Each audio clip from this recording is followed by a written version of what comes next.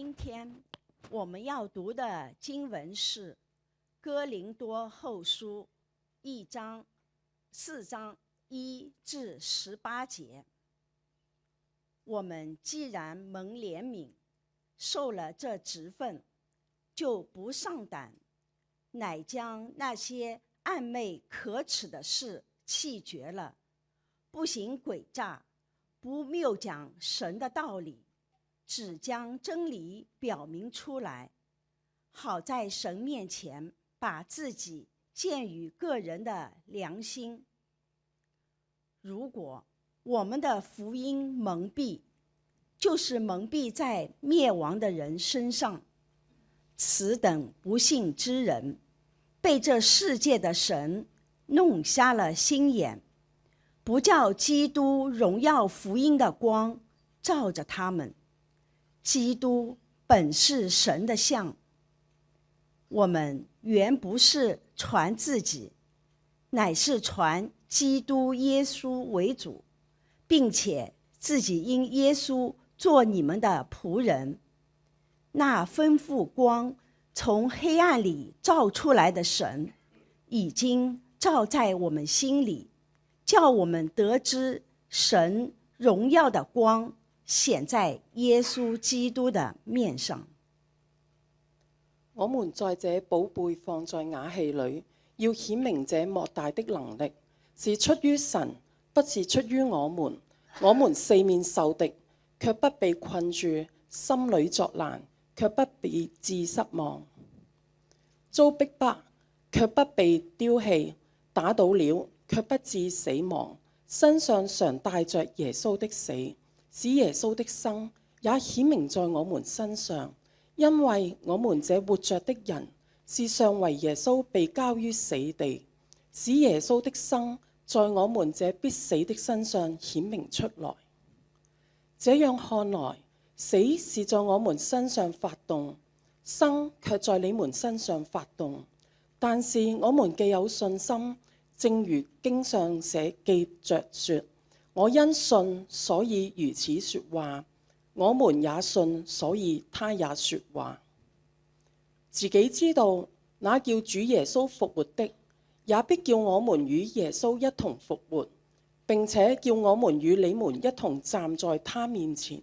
凡事都是為你們，好叫因人多越發加增，感謝額外顯多，以致榮耀歸於神。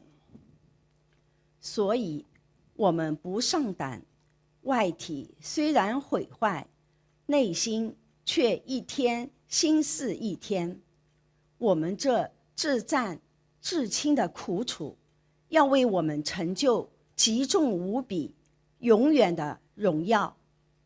原來我們不是顧念所見的，乃是顧念所不見的，因為所見的是暫時的，所不見的是永遠的。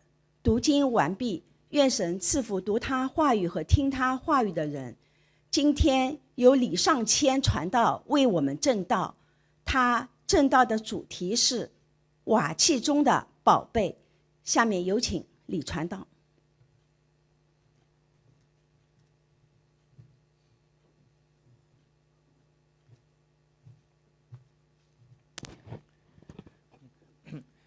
親愛嘅教會平安，親愛的弟兄姐妹平安。我個名叫 Paul， 我平時咧喺雪梨大學做學生嘅福音事工。我們講員，他的英文名叫 Paul， 他在雪梨的大學做事工，年輕人的事工。因為咧喺大學裏邊咧有好多學生，特別喺中國內地嘅學生，佢哋未聽過耶穌嘅福音。因為在大學裡有很多的大學生，中國尤其是中國大陸的大學生，他們未曾聽見過福音。咁我嘅工作咧就將佢哋生命嘅盼望改變過嚟。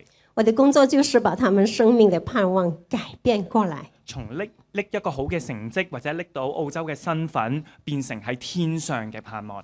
從拿到一個好的成績，甚至是澳洲的身份，轉變到天上的盼望。所以鼓勵教會亦都為我哋禱告，因為大學嘅需要好多。因此鼓勵弟兄姐妹為我們禱告，因為大學的需要很多。咁我哋今日講道之前，我哋有個祈禱。我們講道以前，先嚟做禱告。天父，求你咧用你嘅話語鼓勵同安慰我哋，天父，求你用你的話語來鼓勵以及安慰我們，以致到我哋可以更加好嘅捉住你喺耶穌裏面俾我哋嘅極大盼望，以至於我們更好抓住耶穌基督給我們那個這麼大的盼望。奉耶穌基督嘅名而求。奉耶穌基督名禱告。阿們。阿們。喺破碎嘅世界，我哋有住好多嘅失望。在破碎的世界，我們看到很多的失望。如果我每次講耶穌，人哋都信耶穌嘅話咧，我答應你，我每日都講耶穌。假如我每次講耶穌，他們都信耶穌的話，我就會答應你，我每天都會講耶穌。如果我每次帶查經，嗰個人都有生命嘅成長，我答應你，我日日都帶查經。如果每次查經，那個人都有生命的改變，我一定答應你，我們天天都帶查經。如果我有好多錢嘅話咧，我都答應你，我會勇敢嘅投資喺成個世界嘅宣教事工當中。假如我很有錢的話，我也一定答應你，把我所有的錢投資在世界的宣教事工上。現實就係我哋生活喺破碎嘅世界，有住好多嘅失望。現實是我們活在破碎的世界，看到很多的失望。我想見嘅嘢我見唔到，我想見的我看不見。我唔想要嘅嘢我都有啦。我不想要的我卻有。有人嚟我嘅查經小組，今次嚟，下個禮拜就唔嚟啦。有人今天來我的查經小組，下個禮拜他就不來了。有人每個禮拜日去教會，然後喺道德上犯罪。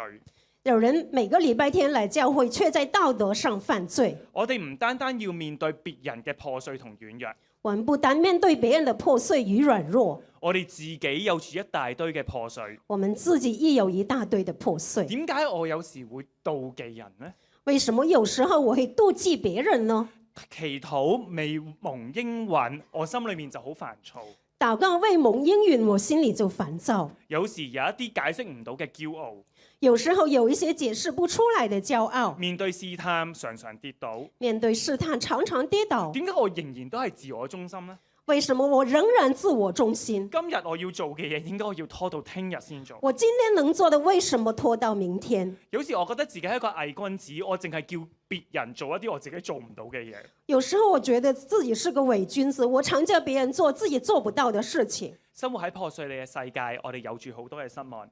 生活在破碎的世界，我們有着如此多的失望。有人失望，然後佢就唔再嚟教會。有人失望，然後就不來教會。有人失望，佢哋唔再讀經。有人失望，因此不讀經。有人以前祈禱，而家都算啦，祈咩禱啊？有人以前禱告，現在放棄，不再禱告。生活喺破碎嘅世界，我哋有住好多嘅失望。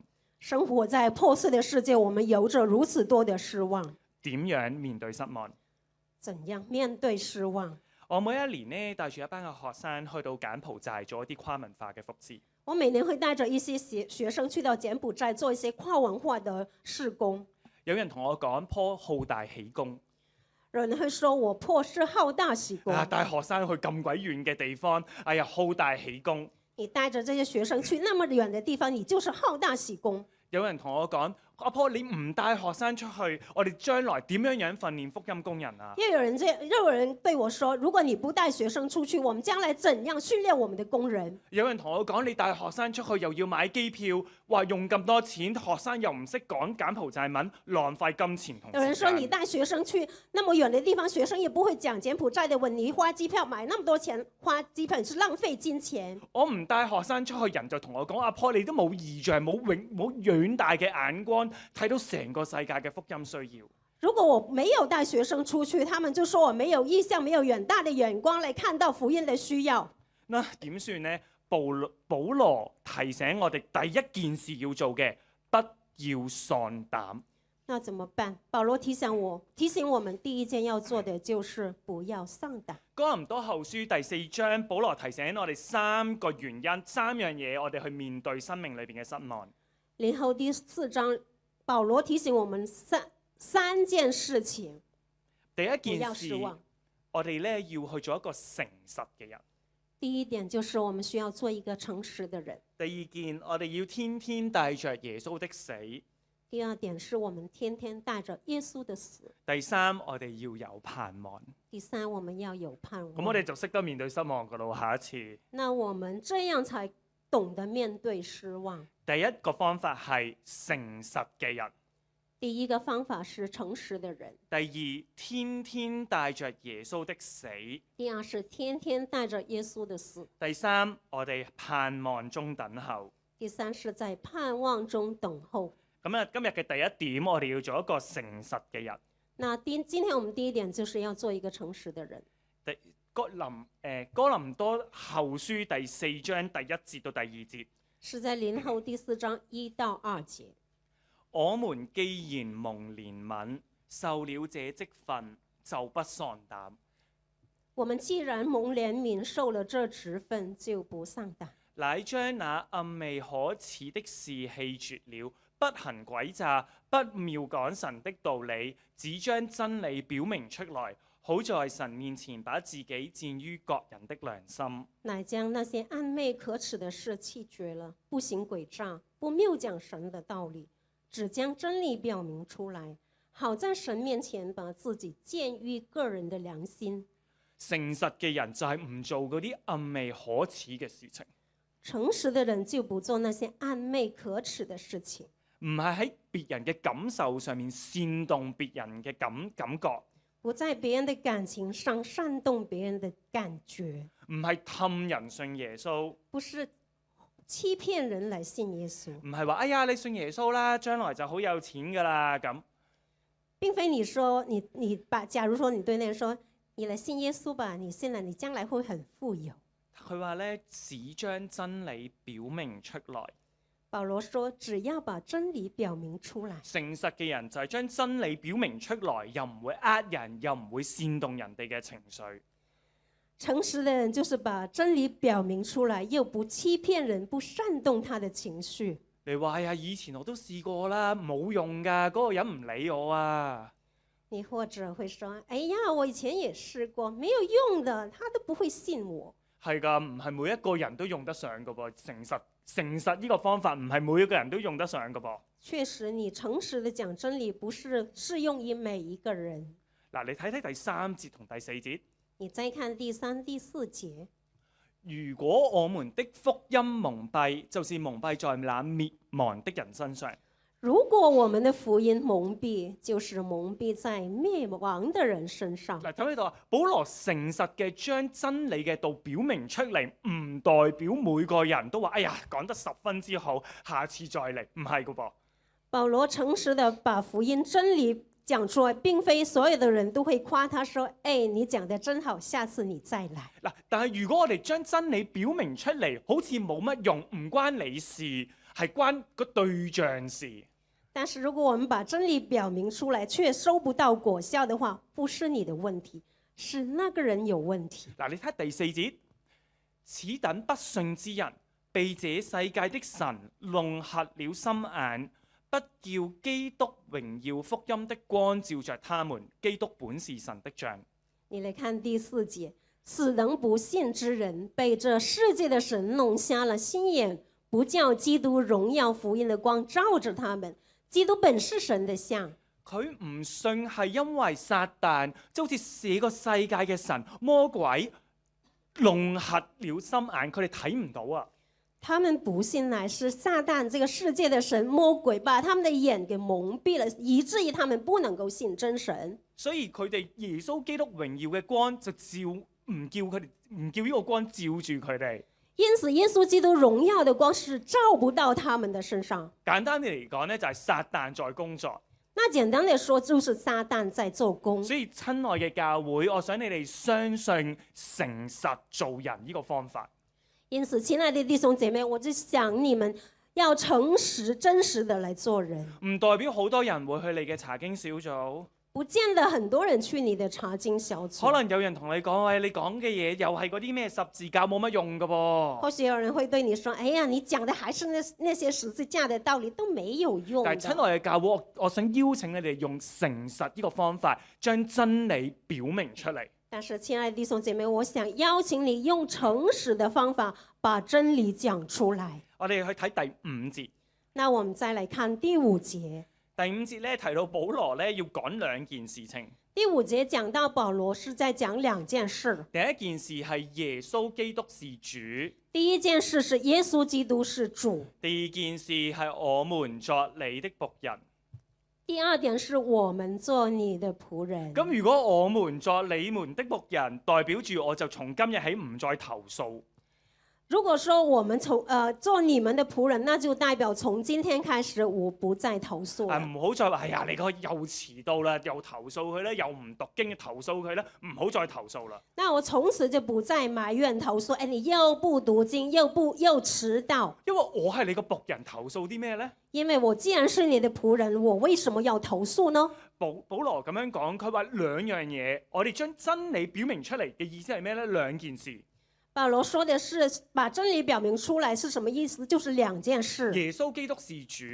第一，耶穌基督是主，所以我是你們的僕人。所以我就是你們的僕人。呢個咪叫誠實咯？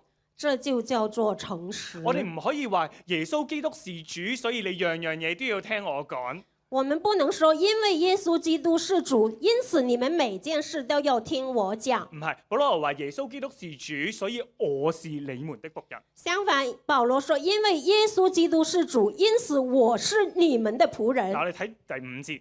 你看第五節，我們原不是傳自己，乃是傳基督耶穌為主，並且自己因耶穌做你們的僕人。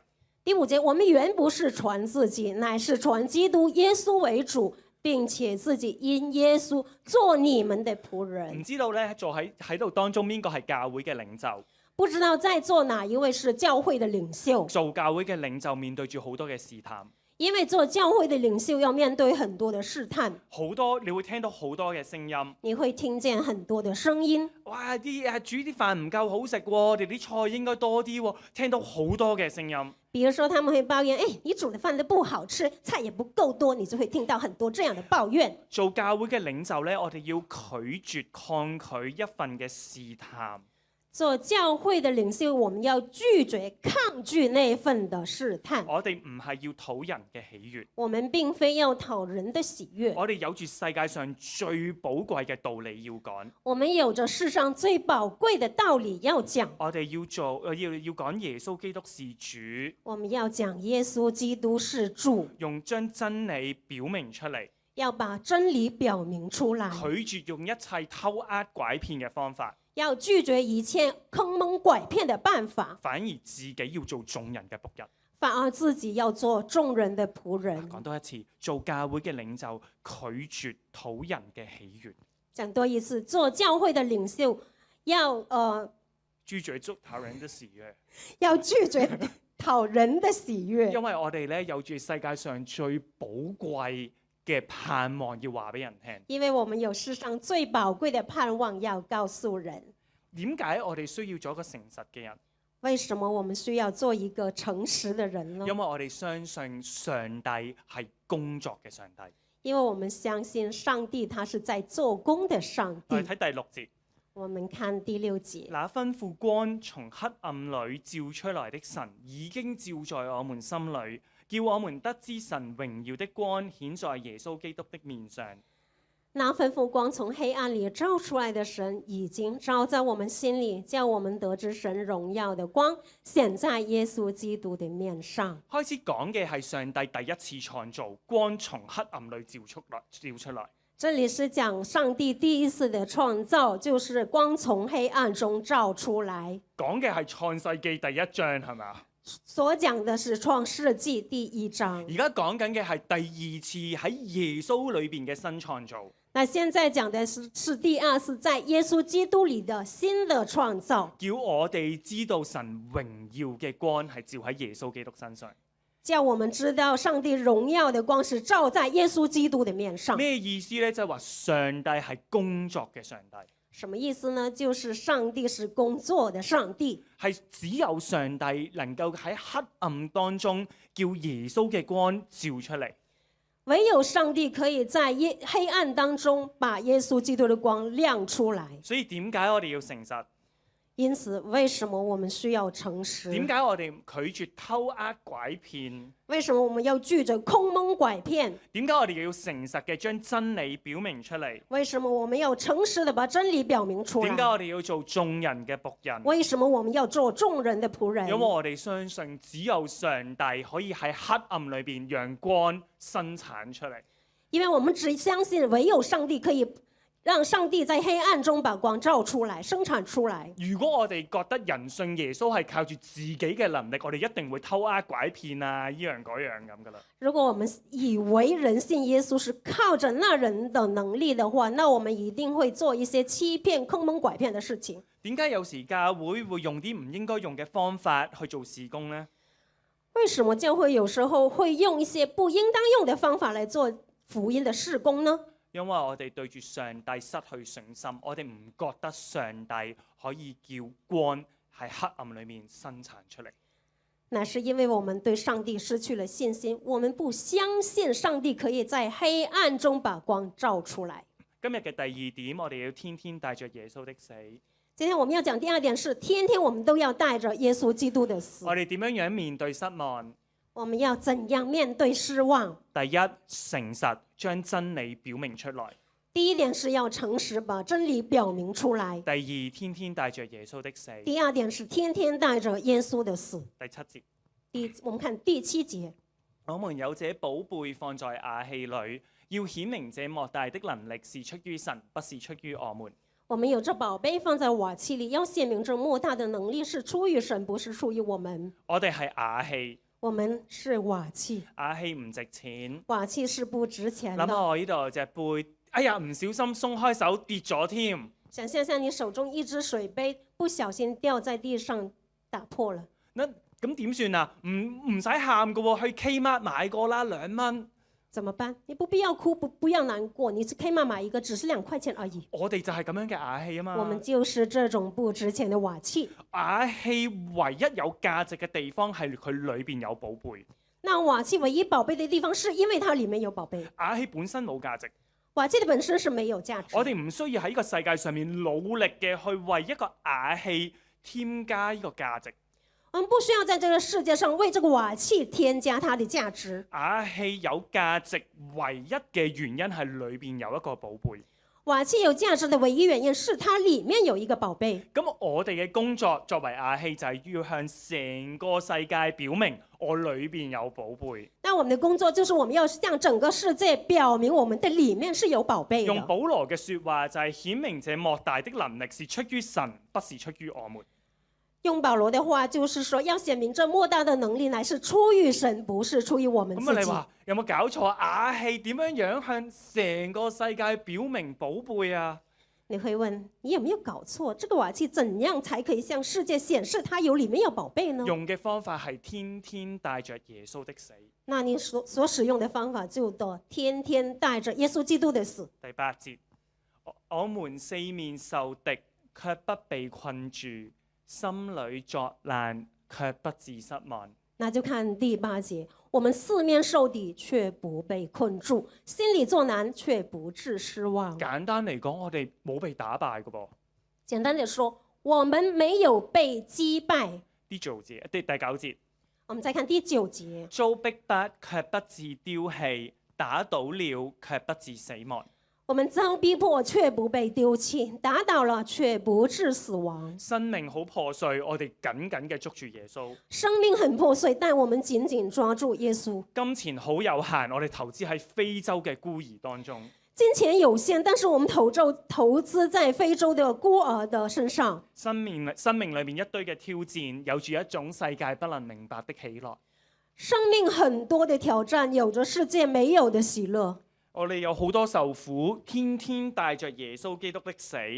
我們很多受苦，但是天天帶着耶穌的死。過程當中向世界顯明耶穌係復活、充滿榮耀嘅主。但在過程當中卻向人顯示耶穌基督是榮耀復活的主。呢個係我哋嘅生命，瓦器破碎受苦。這是我們的生命，瓦器破碎受苦。但係喺過程當中就表明這莫大的能力是出於神，不是出於我們。但過程當中卻表明這莫大的能力乃是出於神，不是出於我們自己。第10節，再看第10節，身上常帶着耶穌的死，使耶穌的生也顯明在我們身上。身上常帶着耶穌的死，使耶穌的生也顯明在我們身上。然後11節講多一次嘅噃， 10節再重複，因為我們這活着的人，因為我們這活着的人，時常為耶穌被交於死地，使耶穌的身在我們這必死的身上顯明出來。是為耶穌被交於死地，使耶穌的生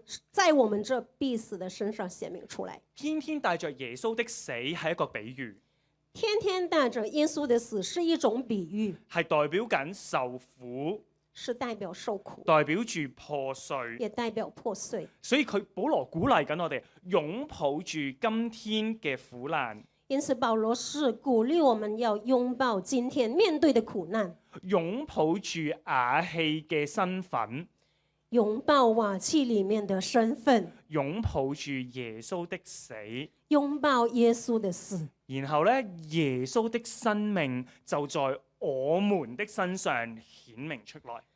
然後耶穌的生命就會在我們的身上顯明出來。嗱，唔單單只喺我們的生命上面顯明出嚟，仲喺我哋服侍嘅人當中，耶穌嘅生命都喺佢哋嗰度顯明出嚟。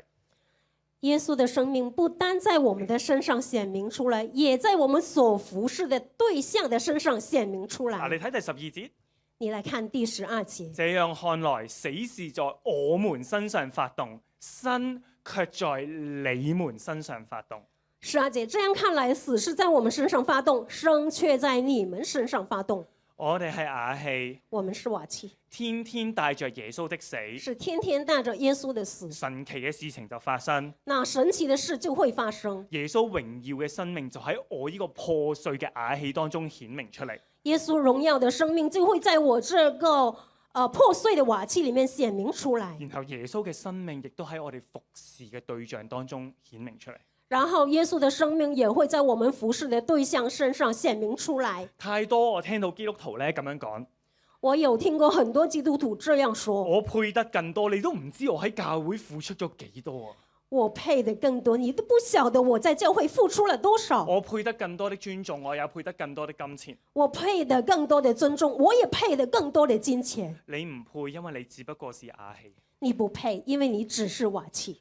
基督徒咧咁樣講，基督徒也這樣說：我巴不得上帝在我的生命裏面工作，我巴不得上帝在我的生命裡面做工，透過我咧將上帝嘅榮耀傳開去。透過我把上帝他的榮耀傳出去。咁如果上帝工作嘅方法係我哋天天帶着耶穌的死，那如果上帝工作的方法是要我們天天帶着耶穌的死，然後生命就喺別人嘅身上發動出嚟，然後生命在別人的身上發動出來，咁你仲想唔想上帝透過你去顯明佢嘅榮耀呢？那你還想不想上帝透過你顯明他的榮耀？我聽過基督徒咁樣祈禱，我也聽過基督徒這樣禱告：上帝啊，俾我呢份好好嘅工作，好好嘅成績，好大間屋。上帝，你給我一份很好的工作，做出很好的成績，給我擁有一個很大的房子，然後我就會榮耀你，亦為你帶嚟榮耀。然後我再來榮耀你，也給你帶來榮耀。然後我哋讀哥林多後書第4章，然後我們再來讀林後的第4章，係透過我哋嘅軟弱破碎，帶着耶穌的死，是透過我們的軟弱破碎，帶着耶穌的死，使基督的生先至喺別人身上發動。令到耶穌的生在別人的身上發動。咁喺個時候你就會話噶啦喎，破啊破！在這個時候你會說破。我話個秘密俾你知，我係依間教會裏邊最破碎、受苦最多嘅人啊！我告訴你個秘密，我是在這個教會裏面最破碎、受苦最多的一個人。咁我哋就會問噶啦，我哋嘅破碎同埋耶穌嘅生命有啲咩嘅關係呢？那我們會問，我們的破碎跟耶穌的生命有什麼關係？點解我天天帶着耶穌的死，但係耶穌的生命就會喺別人嘅身上顯明出來呢？為什麼如果我天天帶着耶穌的死，耶穌的生命就會在別人的身上顯明出來呢？另一個問題去問，我作為瓦器，我要做啲咩？另一個問題會問，我作為瓦器，我需要做什麼？答案係我哋要說話。答案是我們需要講話。第13節，我們看13節。但我們既有信心，正如經上記着說，我因信，所以如此說話；我們也信，所以也說話。但我們既有信心，正如經上記着說，我因信，所以如此說話；我們也信，所以也說話。我哋信，所以我哋就去講。因着我们信，所以我们去讲，真理就表明出來，那真理就表明出来了。耶穌的生命就在別人的身上發動。那耶稣的生命就会在别人的身上发動。咁我哋講嘅內容係咩？就我哋信嘅內容。那我们讲的内容是什么呢？就是我们所信的内容。咁我哋又信嘅內容係咩呢？那我们信的内容又是什么呢？ 14節，那就看14節。自己知道那叫主耶穌復活的，也必叫我們與耶穌一同復活，並且叫我們與你們一同站在他面前。自己知道，那叫主耶穌復活的，也必叫我們與耶穌一同復活，並且叫我們與你們一同站在他面前。我哋相信耶穌復活，我哋所以就咁樣講。我們相信耶穌基督復活，因此我們這樣說。我哋相信耶穌有一日叫我們也復活，所以我們也如此說話。我們相信耶穌基督有一天會叫我們復活，因此我們這樣說話。當我哋說話嘅時候，當我們講話的時候，就喺我哋嘅破碎、受苦、帶着耶穌的死呢個嘅環境當中說話的時候，就會叫我們在破碎、受苦、帶着耶穌的死的時候，在這種處境上面，我們講話。然後耶穌基督的生就在人嘅生命當中發動出嚟。然後耶穌基督的生就在別人的生命當中發動出來。當耶穌釘喺十字架上面，佢唔單單只拯救我哋。當耶穌基督被釘在十字架上的時候，他不僅僅是為了拯救我們，他也成為了我們的榜樣。他也成為了我們的榜樣。他被破碎，我們是瓦器。他被破碎，我們是瓦器。佢喺十字架上面彰顯佢嘅能力。他在十字架上彰顯了他的能力。咁我哋就帶住耶穌基督的死嚟彰顯上帝嘅能力。因此，我們就帶着耶穌基督的死來彰顯上帝的榮耀能力。所以我們要說話。所以我們要講話。今日嘅第3點盼望。今天我們講的第3點是盼望。保羅用咗3個對比嚟表達盼望。保羅是用了3個的對比來表達盼望。外邊同裏邊。是外面對照裡面，受苦對照榮耀，受苦對照榮耀，睇得見對照睇唔見，看得見對比看不見。第16節，我們來看第16節。所以我們不喪膽，外體雖然毀壞，內心卻一天新似一天。所以我們不喪膽，外體雖然毀壞，內心卻一天新似一天。我哋嘅外面呢，只會越嚟越差。我們的外表只會越來越糟糕。每一晚瞓覺之前，我就會用 Neutrogena 嘅 Anti-Aging Night Cream。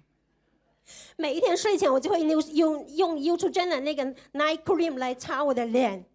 即可以咧，俾到我唔好老得咁快啊！做學生事工噶嘛，我就想讓上帝不要給我老得太快，我還得做年輕學生的事工嘛。但係冇用噶，因為仍然都會外體毀壞。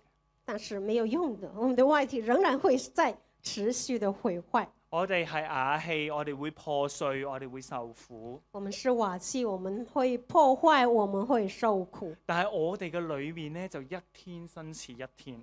但是我們的內裡會一天新似一天。我哋咧係向住上帝喺耶穌裏邊為我哋嘅榮耀出發。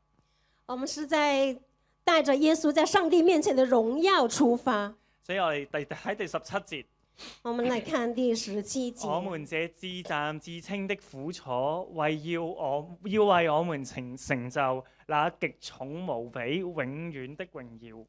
我們這至暫至輕的苦楚，要為我們成就極重無比永遠的榮耀。佢提到我哋現在嘅痛苦咧，係短暫同埋係輕散嘅。保羅看到我們現在所受的苦乃是短暫的，也是輕省的。因為佢同一個極重無比永遠嘅榮耀嚟做比較。因為它是對比一個極重無比並且是永遠的榮耀。然後我就想像一下，有一日咧喺天堂，咁我見到你。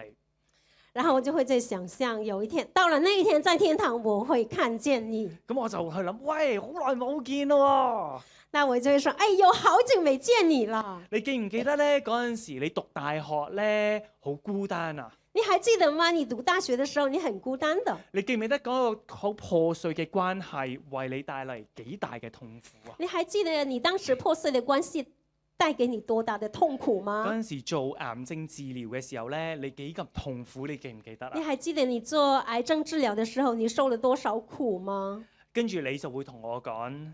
然後你會對我說：係啊，嗰啲係自暫自稱的苦楚，因為我比起現在極重無比永遠嘅榮耀。你就會跟我說：哎呀，那都是自暫自輕的苦楚，對比我現在所擁有這個極重無比永遠的榮耀。我有一個朋友，佢個名叫 Bill。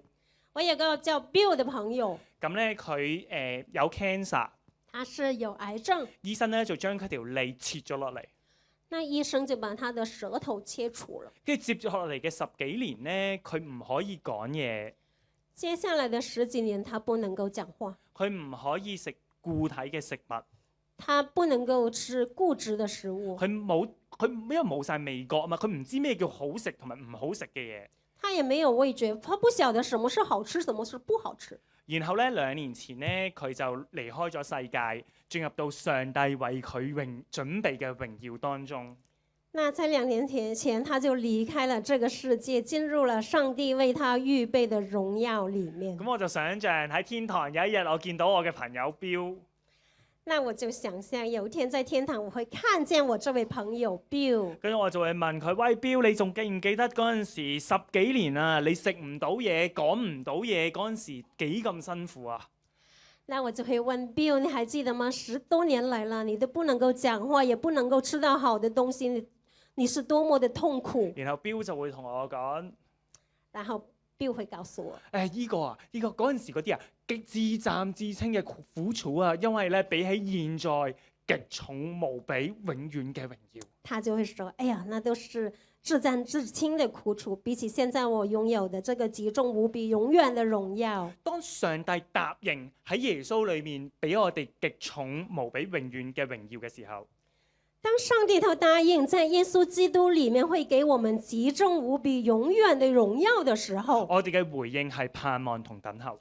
那我們的回應就是盼望與等候。上帝答應，我們等候；上帝答應，我們等候；上帝應許，我們盼望。上帝應許，我們盼望。我平時咧開車嘅喎，出入嘅時候，但平時我出入也是會開車的。咁有時咧去加油站咧加滿，即係入油啊加滿晒，我入滿咗油啦，跟住就。那當我去加油站加油，我就加滿滿的。然後就經過下一個加油站，發覺哎呀，點解下嗰個平啲嘅咁？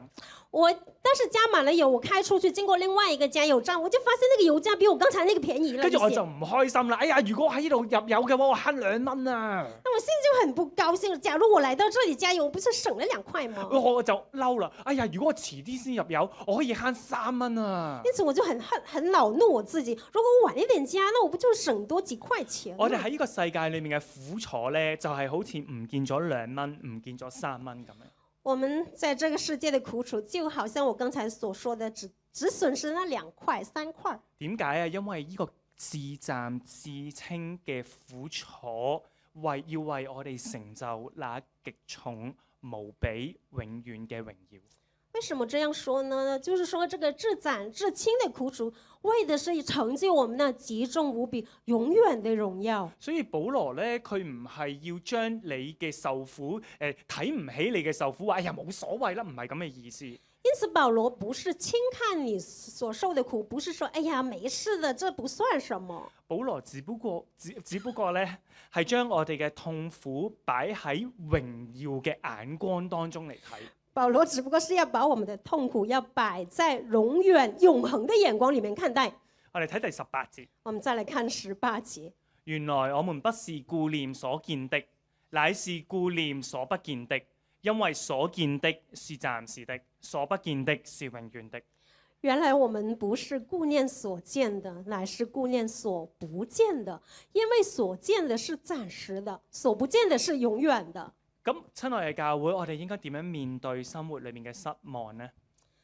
那親愛的弟兄姐妹，我們該如何面對生活當中的苦難呢？保羅話：我們不喪膽。是保羅說的，我們不喪膽。喺破碎嘅世界一定會有失望，在破碎的世界一定是會有失望，但我們不喪膽。但是我們不要喪膽。喺教會裏面，我們不喪膽；在教會裡面，我們不要喪膽；喺服侍當中，我們不喪膽；在服侍裡面，我們不喪膽；喺跟從耶穌嘅道路上面，我哋不喪膽。在跟隨耶穌的道路上，我們不喪膽。我哋竭力做一個誠實嘅人，我們要竭力做一個誠實的人，將去同別人講耶穌基督是主，我們是你們的僕人。我們要對別人說耶穌基督是主，我是你們的僕人。相信上帝會將耶穌的光照在人嘅黑暗當中。相信上帝會把耶穌基督的光照在黑暗人的當中。我哋作為瓦器，我們作為瓦器，受苦係可以接受的。受苦是可以接受的。我哋天天帶着耶穌的死，我們天天帶着耶穌的死，然後我哋就去講盼望、喜樂同埋能力，然後我們再去講盼望、能力，然後成個世界就望住我哋呢堆瓦器，總結你哋有住莫大的能力，有寶貝。然後整個世界就會給我們做總結，你們有莫大的能力，在這個瓦器裡面。